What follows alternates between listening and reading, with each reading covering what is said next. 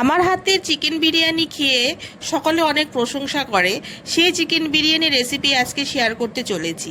Hello friends, চলে আসলাম নতুন একটা ভিডিও নিয়ে। আমার নাম বিপাশা সাহা।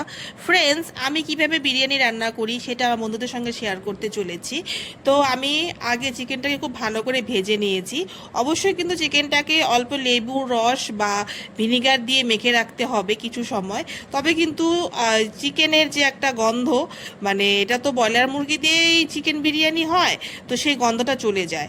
তারপর গ্রেভিটাকে খুব সুন্দরভাবে আমি রান্না করলাম, টক দই টই যত কিছু আছে সব কিছু দিয়ে। তারপর কিন্তু মাংসটাকে খুব ভালোভাবে শুকাতে হবে, তার মানে কষাতে হবে। এটা কিন্তু একদমই একটা আমি সকলকে টিপস দেব, যে গ্রেভিটা রান্না করবে সেটা কিন্তু একদমই কিন্তু মানে শুকনো শুকনো হতে হবে। ভেজে ভেজে থাকলে কিন্তু বিরিয়ানি একদম মানে ঝরঝরে হবে না, খেতে ভালো লাগে না।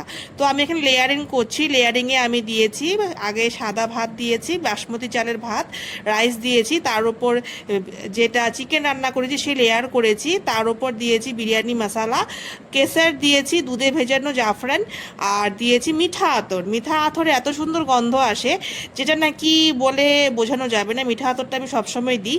আর লাস্টে দিয়েছি চিকেনটার যে তেলটা বের হয়েছে, সেই তেলটা আমি কিন্তু উপর দিক দিয়ে ছড়িয়ে দিয়েছি। তোমরা যদি এই প্রসেসে বিরিয়ানি লেয়ারিং করো, খেতে কিন্তু দুর্দান্ত হয় আর খুব ঝরঝরে হয়। আর এখানে কিন্তু আমি দমে বসিয়ে দিয়েছি একদম লো ফ্লেমে। আধা ঘন্টা আমি দম দেব। আধা ঘন্টা দম দেবার পর কিন্তু 15 মিনিট সেমভাবে গ্যাস বন্ধ করে রেখে দিতে হবে। তারপর দেখতে পাচ্ছ বিরিয়ানিটা এত ঝরঝরে হয়েছে আর খেতে এত ভালো হয়েছে। যারা খেয়েছে তারা বলতে পারবে যে কতটা না টেস্ট হয়েছে। তোমরা একবার এভাবে বিরিয়ানি রান্না করতে পারো। আর বিরিয়ানি আমি এইভাবে মিশিয়ে নিই, কেননা বিরিয়ানি কাটার একটা প্রসেস থাকে, আমরা ততটা এক্সপার্ট না। তার জন্য এভাবে মিশিয়ে নিলে কি হয়, খুব সুন্দরভাবে প্রত্যেকটা জিনিস খুব ভালোভাবে মিশে যায়। তো তোমরা অবশ্যই ট্রাই করে একবার খেয়ে দেখো।